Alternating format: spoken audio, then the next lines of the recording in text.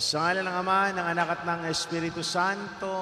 Amen. Ang pagpapala ng ating Panginoong Jesucristo, ang pag-ibig ng Diyos Ama at ang pagkikipag-isa ng Espiritu Santo naway sumainyong lahat. At sumaiyo rin. Mga gilo kong mga kapatid, aminin muna natin ang ating mga kasalanan upang tayo maging marapat na gumanap sa banal na pagdiriwang.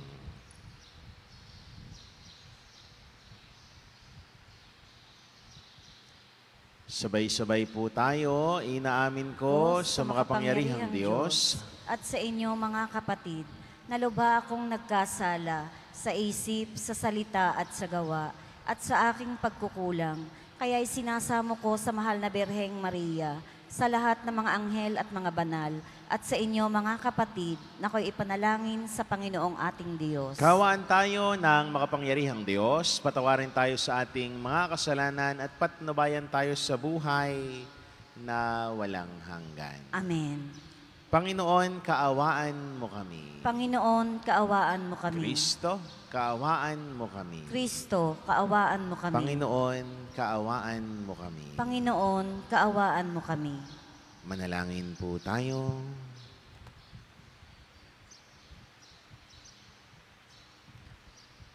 Ama naming makapangyarihan, sa pagkabuhay ng iyong minamahal na anak, kami ay binibigyan mo ng buhay na walang wakas.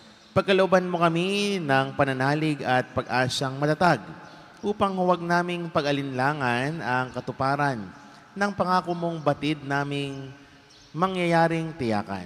Sa pamamagitan ng Jesucristo kasama ng Espiritu Santo magpa sa walang hanggan. Amen.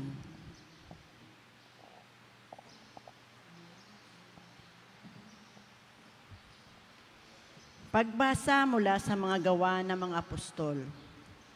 Noong mga araw na iyon, may mga Hudyong dumating doon mula sa Antioquia at Iconio.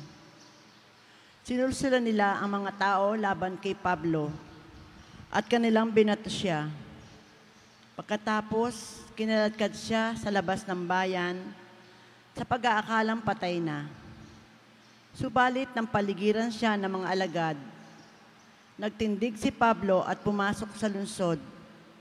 Kinabukasan, nagtungo sila ni Bernabe sa Derbe. Ipinangaral ni na Pablo at Bernabe ang mabuting balita sa Derbe at marami silang nahikayat na maging alagad. Pagkatapos, nagbalik sila sa Listra, sa Iconio at sa Antioquia ng Pisidia. Pinatatag nila ang kalooban ng mga alagad at pinagpayuhan na mananatiling tapat sa pananampalataya. Magdaranas muna tayo ng maraming kabighatayan bago makapasok sa kaharian ng Diyos. Turo nila sa kanila. Sa bawat simbahan, humirang sila na matatandang mamamahala at matapos manalangin at mag-ayuno, ang mga ito'y itinagubili nila sa Panginoon na kanilang pinananaligan. Tinahak nila ang Pisidia at nakarating sa Pamphylia. Ipinangaral nila sa Perga ang salita ng Diyos at pagkatapos ay bumaba sila sa Atalia. Mula roon, naglayag silang pabalik sa Antioquia.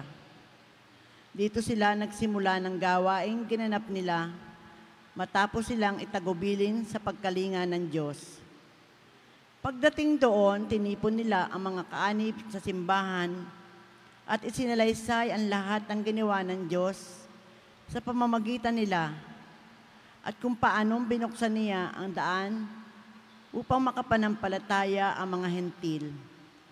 At mahabang panahon silang nanatili roon kasama ng mga alagad. Ang salita ng Diyos. Salamat sa Diyos. Salmong tugunan. Talastas ng mga tao, dakilang paghahari mo. Talastas ng mga tao, dakilang paghahari mo. Magpupuring lahat sa iyo, O Panginoon, ang iyong nilalang. Lahat mong nilikha ay pupurihin ka at pasasalamatan. Babanggitin ng tunay na dakila ang iyong kaharian at ibabali ng tunay kang dakila't makapangyarihan. Talastas ng mga tao, dakilang paghahari mo. Dakila mong gaway upang matalastas ng lahat ng tao. Mababatid nila ang kadakilaan ng paghahari mo. Ang paghahari mo ay sadyang walang hanggan, hindi magbabago. Talastas ng mga tao, dakilang paghahari mo.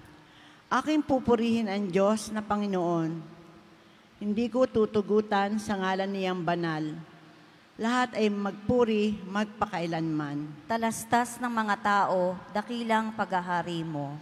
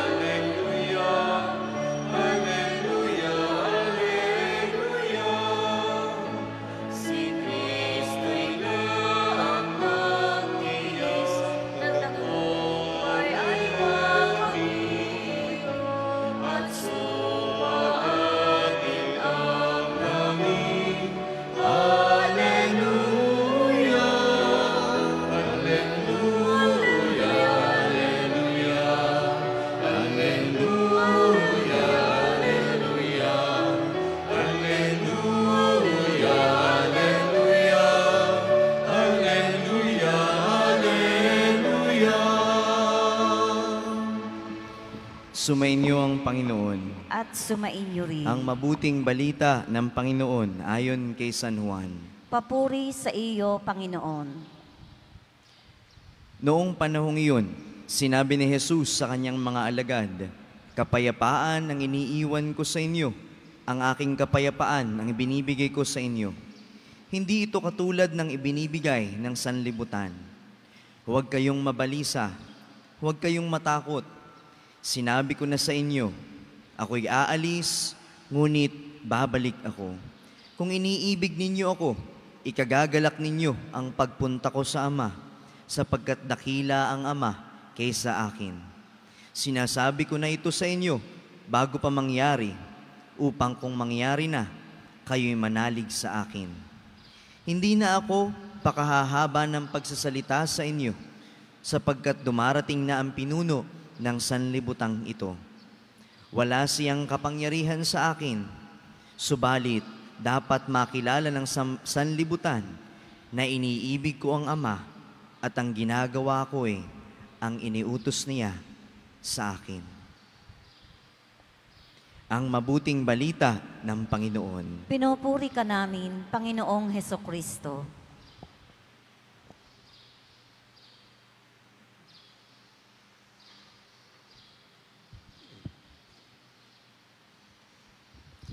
Magandang umaga po sa inyong lahat. At sa mga gilo nating nakikisa sa ating Facebook Live, magandang umaga din po. Noong lumapit sa akin si Reb, sabi ko sa kanya ay ako na Reb. Dahil gusto ko ay maging mapayapa na ang iyong pag-upo diyan. Yung binasa ni Reb ay parang farewell. Bakit farewell? Bakit?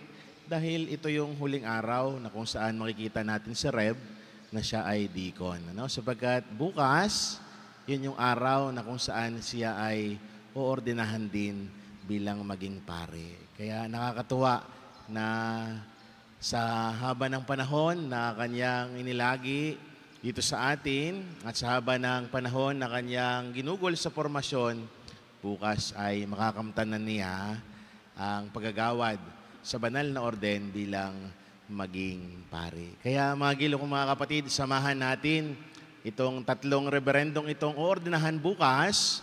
Isama natin sa ating mga panalangin ngayong araw na ito na sa pagtanggap nila ng banal na orden bukas ay matanggap nila kung ano ang buhay ng pagiging isang pari at buhay ng pagsunod sa Diyos. Mga giliw kong mga kapatid, napakaganda ho ng paalala sa atin na Jesus sa araw na ito na pwede nating magagamit sa ating pang-araw-araw na buhay. Ano bang sinabi ni Jesus? Kapayapaan ang iniiwan ko sa inyo, ang aking kapayapaan ang ibinibigay ko sa inyo. Hindi ito katulad ng ibinibigay ng sanlibutan. Mga gilo ko mga kapatid, isa sa mga hinahanap natin ang tayo ay maging mapayapa. Pero ang tanong sa atin, mga gilo mo mga kapatid, saan ba natin matatagpuan ang kapayapaan? Paano ba natin masasabing tayo ay payapa? At kanino ba natin makukuha ang kapayapaan? Mga kapatid, matatagpuan natin, una tigit sa lahat, ang kapayapaan sa katahimikan. Di ba't ganon din ang ginawa ni Jesus? Kapag siya ay nagdadasal, gusto niya ng payapa. Saan siya pumupunta? Sa ilang na pook, sa tahimik na lugar. Bakit? Dahil doon siya nakakapagnilay at doon niya nakakausap ang Diyos. Mga gilo kong mga kapatid, tayo kaya ba nating manahimik? Sa buong maghapon, ilang oras ba tayo nananahimik? Mga gilo kong mga kapatid, madalas ito ang solusyon kapag may problema tayo sa buhay, ang manahimik. Ano ba madalas ang ginagawa natin kapag may problema? Dakdak tayo ng dakdak. Pero natatagpuan ba natin ang solusyon? Malimit, hindi natin natatagpuan ang solusyon kapag dakdak tayo ng dakdak.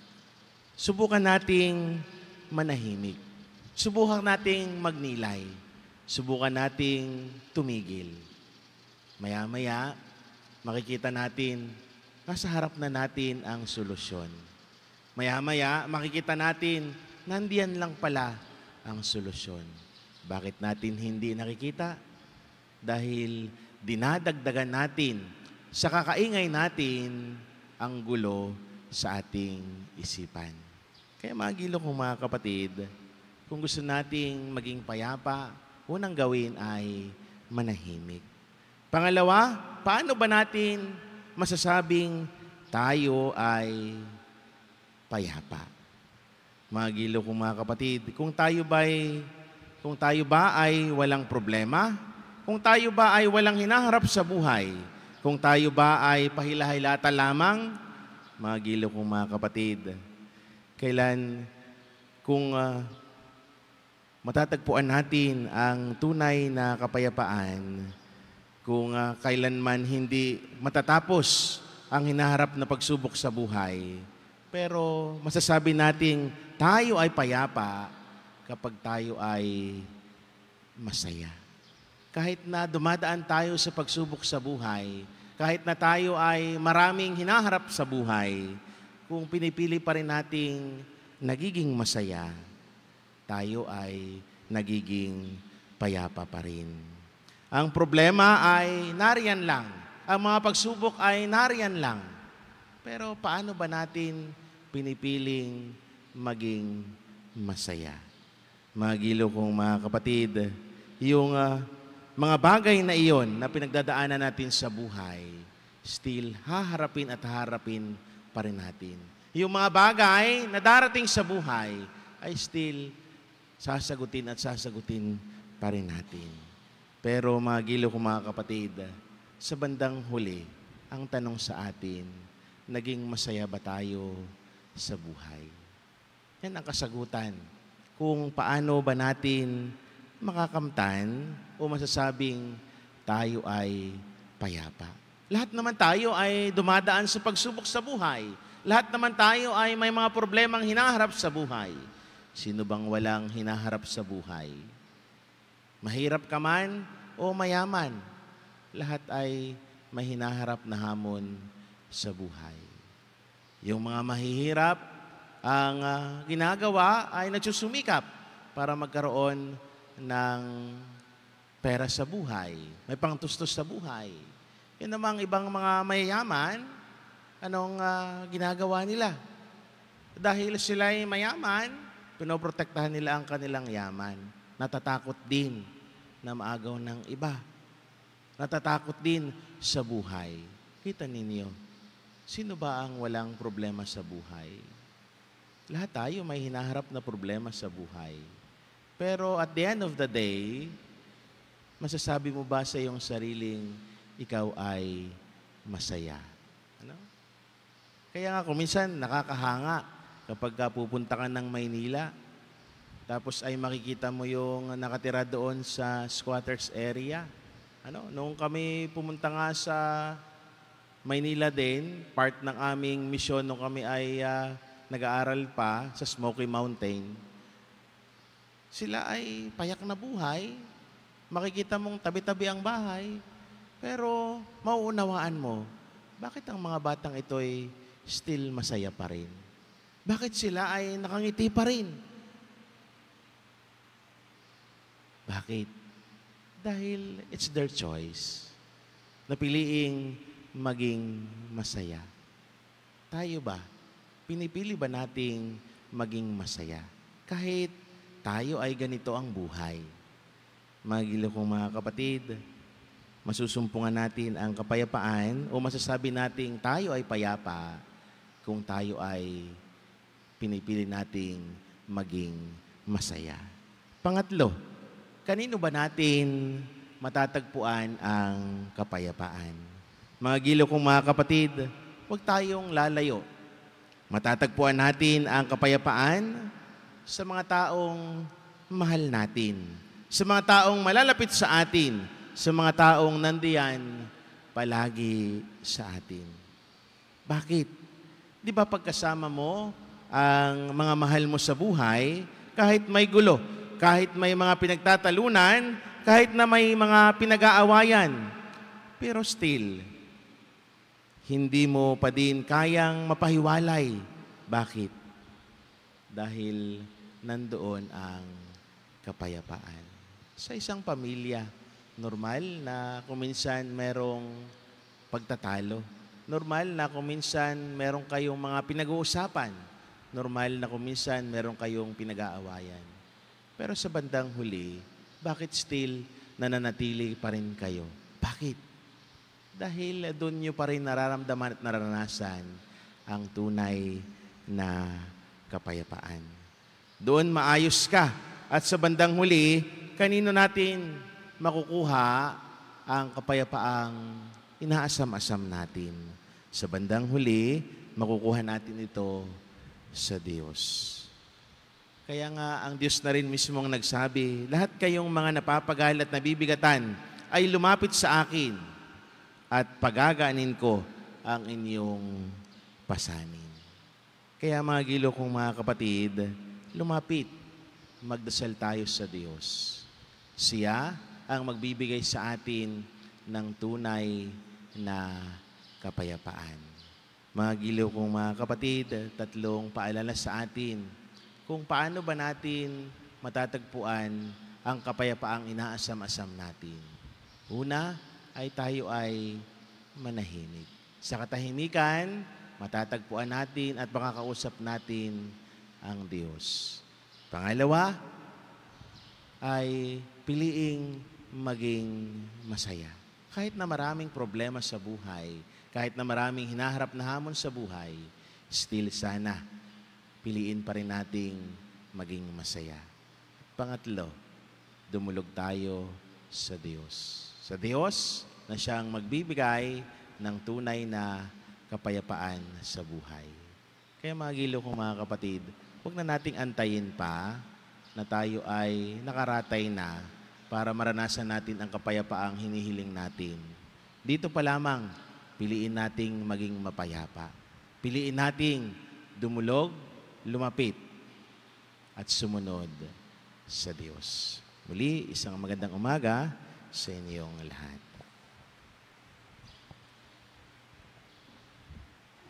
Ang pinakadakilang handog sa atin ng Panginoong muling nabuhay ay ang kapayapaan, hindi maibigay ng mundo. Sa ngalan niya, hingin natin sa Ama ang lahat ng ating mga pangangailangan. Panginoon, ipagkaloob mo sa amin ang iyong kapayapaan. Panginoon, ipagkaloob mo sa amin ang iyong kapayapaan. ang mga pinuno ng simbahan, naway magsikap na itaguyod ang lahat ng tao tungo sa pagkakaunawaan, pagtutulungan at kapayapaan. Manalangin tayo sa Panginoon. Panginoon, ipagkaloob mo sa amin ang iyong kapayapaan. Ang mga mamamayan ng lahat ng bansa ay magtaguyod ng katarungan at kapayapaan. Manalangin tayo sa Panginoon. Panginoon, ipagkaloob mo sa amin ang iyong kapayapaan. Ang mga naliligalig, natatakot at nababagabag, naway makatagpo ng tunay na kapayapaan at kaligayahan. Manalangin tayo sa Panginoon. Panginoon, ipagkaloob mo sa amin ang iyong kapayapaan. Sa ating mga tahanan at lugar ng hanap buhay, naway maghari ang kapayapaan at pag-ibig. Manalangin tayo sa Panginoon. Panginoon, ipagkaloob mo sa amin ang iyong kapayapaan. Ang mga yumao, naway magtamasa ng walang hanggang kapayapaan. Manalangin tayo sa Panginoon. Panginoon, ipagkaloob mo sa amin ang iyong kapayapaan. Panginoong Diyos, ipagkaloob mo sa amin ang kapayapaang kailangan namin. Tulungan mo kaming makipagsundo sa aming mga sarili, sa aming kapwa, at higit sa lahat sa aming mga kaaway. Hinihiling namin ito sa pamamagitan ni Kristo na aming Panginoon. Amen.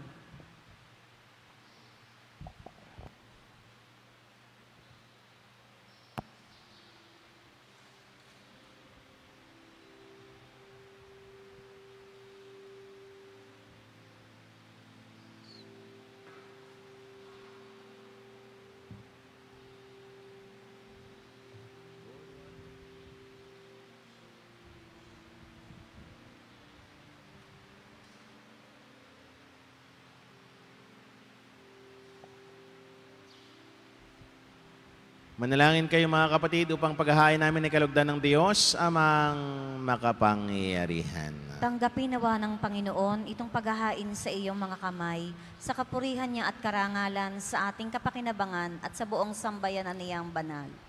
Ama naming lumikha, tanggapin mo ang mga alay ng iyong sambayanang natutuwa, ang pagkabuhay ng iyong anak na niloob mong aming ikatuwa ngayon ay papabanguhin mo ng galak na manatili sa amin habang panahon. Sa pamamagitan ni Jesucristo kasama ng Espiritu Santo magpa sa walang hanggan. Amen. Sumainyo ang Panginoon. At sumainyo rin. Itaas sa Diyos ang inyong puso at diwa. Tinaas na namin sa Panginoon. Pasalamatan natin ang Panginoon na ating Diyos. Marapat na siya ay pasalamatan. Ama naming makapangyarihan, tunay ang marapat na ikaw ay aming pasalamatan. Ngayong ipinagdiriwang ang paghahain ng Mesiyas, ang maamong tupa na tumubos sa aming lahat. Siya ay talagang maasahan at ang katapatan niya sa pananagutan ay siyang humango sa dating pamumuhay, sa sangkatauhang namihasa sa pagkasaluwahan. Ang dangal ng tao ay ganap na itinampok upang mamana namin ang pakikipagkapatid kay Kristo Jesus. Kaya kaysa ng mga anghel na nagsisiawit ng papuri sa iyo nang walang humpay sa kalangitan, kami nagbubunyi sa iyong kadakilaan.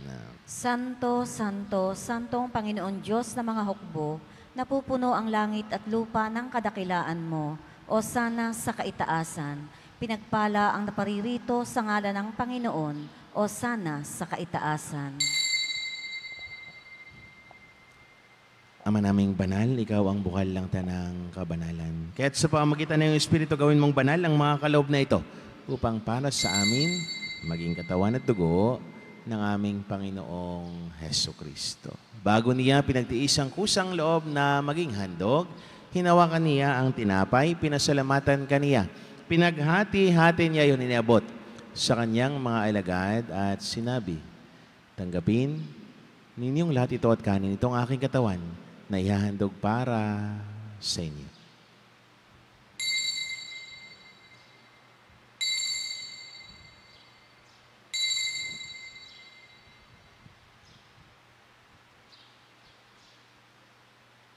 Gayon din naman, nang matapos ang hapunan, hinawakan niya ang kalis, muli kaniyang pinasalamatan. Iniabot niya ang kalis sa kanyang mga alagad at sinabi, tanggapin ninyong lahat ito at inumin itong kalis ng aking dugo ng bago at walang hanggang tipan. Ang aking dugo ay ibubuhos para sa inyo at para sa lahat sa kapapatawad ng mga kasalanan. Gawin niyo ito sa pag-alaala sa akin.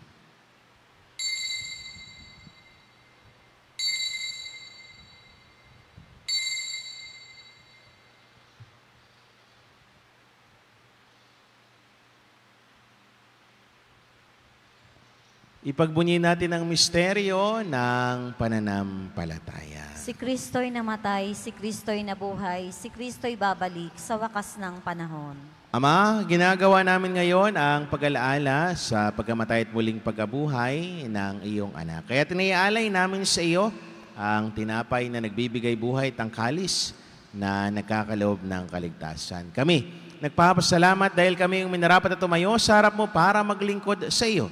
Isinasamo namin kami magsalo-salo sa katawan at dugo ni Kristo ay mabuklod sa pagkakaisa sa pamamagitan ng Espiritu Santo. Alalahanin mo rin ang mga kapatid naming nahimlay na may pag-asang sila'y muling mabubuhay, gayon din ang lahat ng mga pumanaw.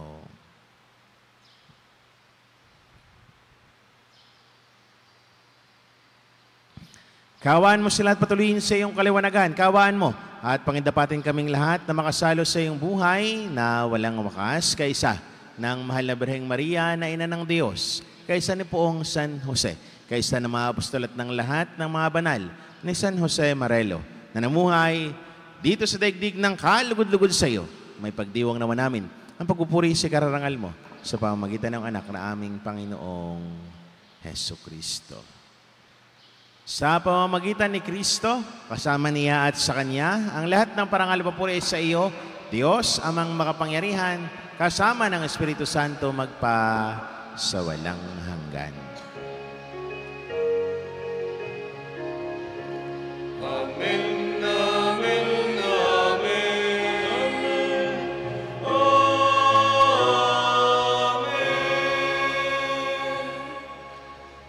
Nang may kababaan ng loob, sama-sama natin dasalin ang panalangin tinuro sa atin ng Panginoon.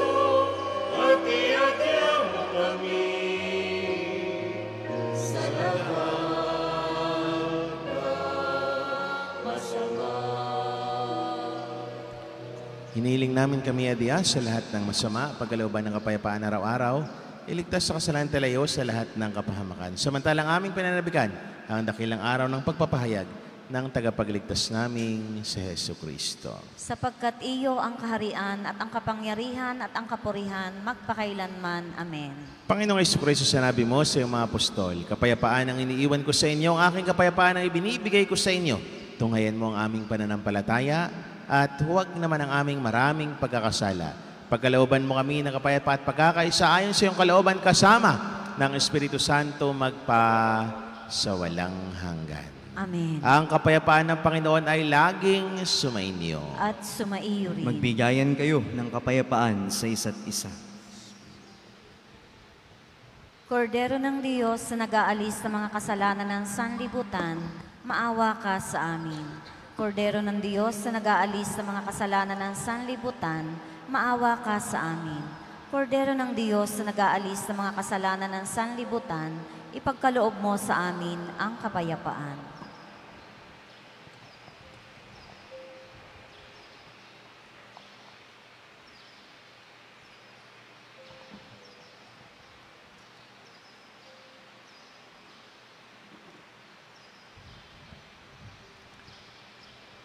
Mga minamahal na kapatid, ito ang Kordero ng Diyos. Ito ang nag-aalis ng mga kasalanan sa sanlibutan. Mapalad ang naniyahan sa kanyang banal na piging. Panginoon, hindi ako karapat-dapat na magpatuloy sa iyo, ngunit sa isang salita mo lamang ay gagaling na ako.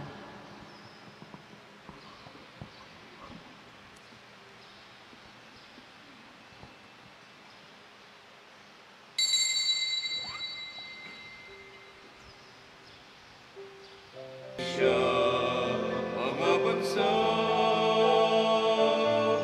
ang Diyos, ang Hari at Ama. Tayo'y magpuri, magdiwang, pagkat kataruhay na mamayani.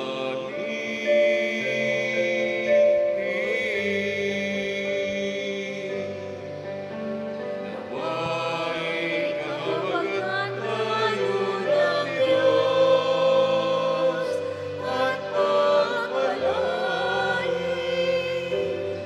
kailanman.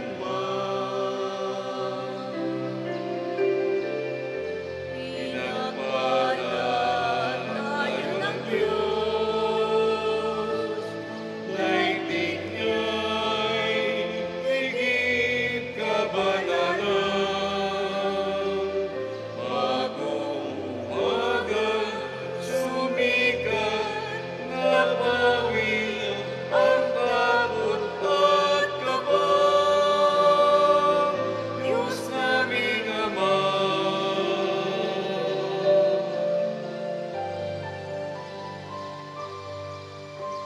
nawa'y kahabagan tayo ng Diyos at pagpalain kailanman.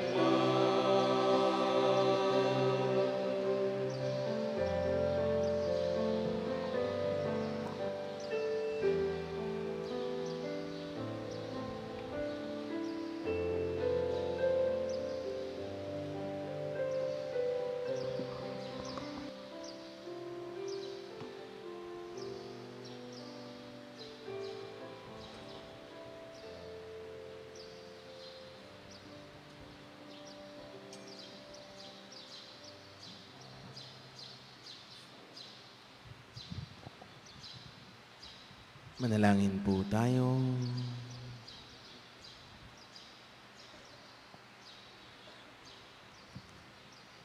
Ama naming mapagmahal, tunghayan mo at lingapin ang iyong sambayanan na minarapat mong makinabang sa piging na pang magpakailanman.